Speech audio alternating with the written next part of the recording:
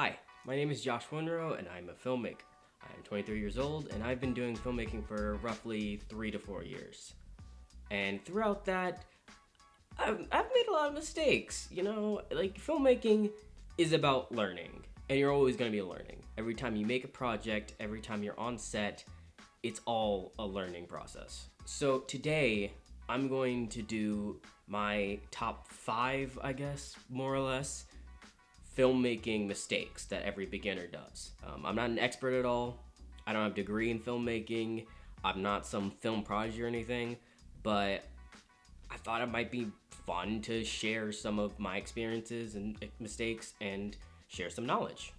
The first thing that every filmmaker should know is to always shoot in 24 frames per second. Now, I know that might sound weird to some people. You're probably going to assume that the bigger number will mean the better looking it is. Now, that's not necessarily true, but it's not necessarily wrong either. You use 24 frames for filmmaking. So most movies you've seen in theaters are shot in 24 frames per second. 30 frames is usually used for live action sports and newscasts and, some soap operas, for example. You use 60 frames per second whenever you're shooting stuff that's more realistic. So travel documentaries and just stuff like that. Number 2 is not having a shot list. Now, a shot list is like a sheet of paper or a document that has a list of shots you're going to take. These can be from A-roll to B-roll. The difference between A-roll and B-roll is A-roll has more to do with the plot and the story, while B-roll is more of those cinematic kind of in-between shots, where it's like close-ups of objects or like landscapes or whatever. Now, the problem about not having a shot list is if you show up on set to your project and you have like a team of people there, you're going to be coming up with everything on the spot. And you have to communicate those ideas to people on the spot, which can be difficult when you're trying to manage everything else. So I always advise to make a shot list before you go on set. You don't have to make it all advanced and like a whole spreadsheet document. You can literally just have a piece of paper and write down some bullet points with some shots that you want. And it really will help you in the long run because that way you have something to look at, your crew members have something to look at, and you can get everything you need without having to rush or miss something because it's really hard to make a film. And along with that is not enough B-roll. I've made this mistake on a few films when I was just starting out. I didn't get enough B-roll, so I had plenty of A-roll, but I didn't have enough B-roll to go with that. For example, he'd be in one location, and then it just cuts and he's in a whole different location. You don't see how he got there, you don't see like any kind of like establishing shots, and it just kind of disrupted the story entirely. One of the easiest things you can do for B-roll is either do it before or after you get your A-roll. You can just take your camera, shoot at some establishing shots of like the building that you're shooting in, the area you're shooting in, like if it's a park or whatever, and you just get some shots of like objects that are like important to the story or objects that just look nice. It helps bring a lot more to your story and it's just more cinematically appealing. Now, another mistake that a lot of filmmakers do is a lack of variety in their shots. When you're just starting out, you might not know about all the different kinds of shots and shot angles. For example, Dutch angle, or a wide shot, or a medium wide shot, or a cowboy shot. Those could just be words. Like, you have no idea. I could just be making some of those up. But the importance about them is it gives you more variety in your shooting. Camera angle and camera shots can help tell your story. So, for example, a high angle shot where the camera is looking down at your subject can make your subject look smaller and weaker. Or if you have it at a low angle, it can make your character look bigger and more threatening.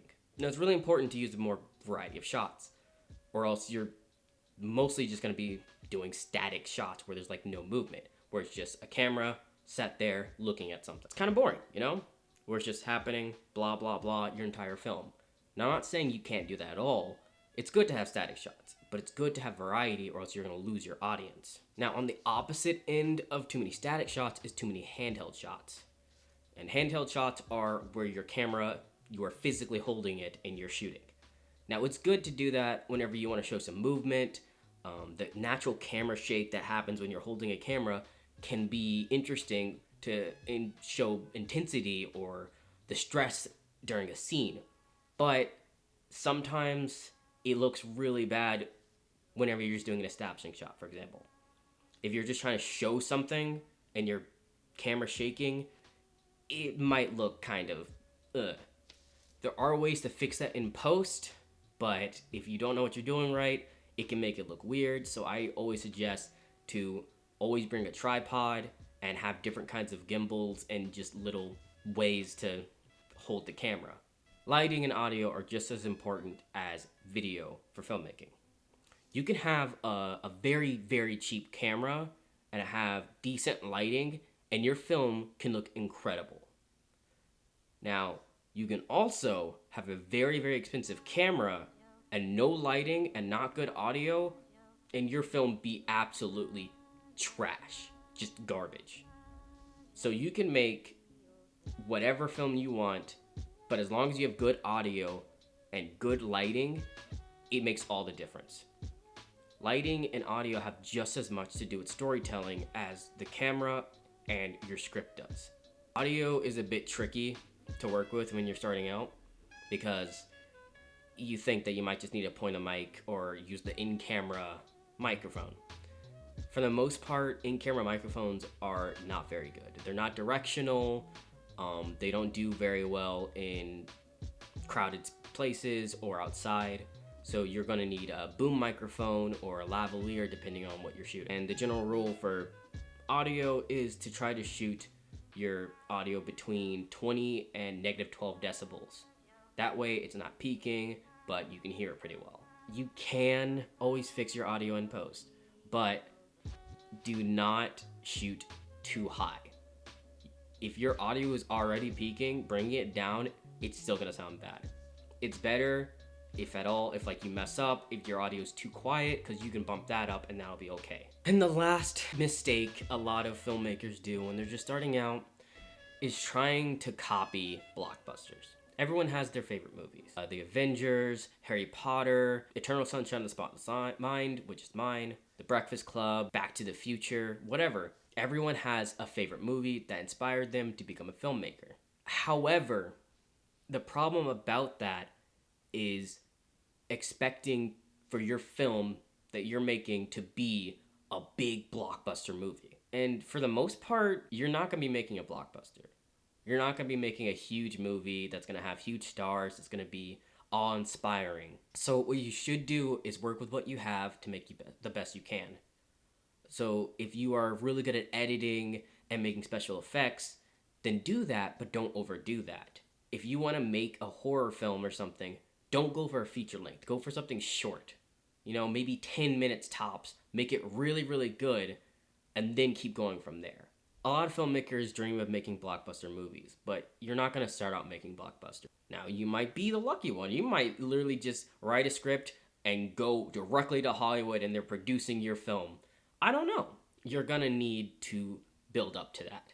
So it's better to start with something small and relatively easy to do and just learn, just practice, because that's all it is. Filmmaking is just practice.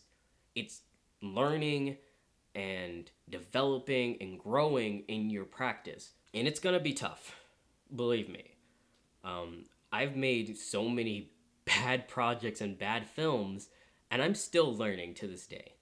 But I wouldn't have it any other way. I love filmmaking, I love what I do, and I hope it inspires other people to pursue filmmaking. So, I think that's all I have to say for now. Be sure to like, comment, subscribe, and if you have a suggestion for another video, feel free to leave a comment. Follow us on Instagram at winmore_productions. Check out our website. You can see some of the works that we've done, from videography to weddings to short films. If you have any questions, feel free to ask, and maybe I'll make a video about it. But that's all for now. Thank you for watching, and see you later.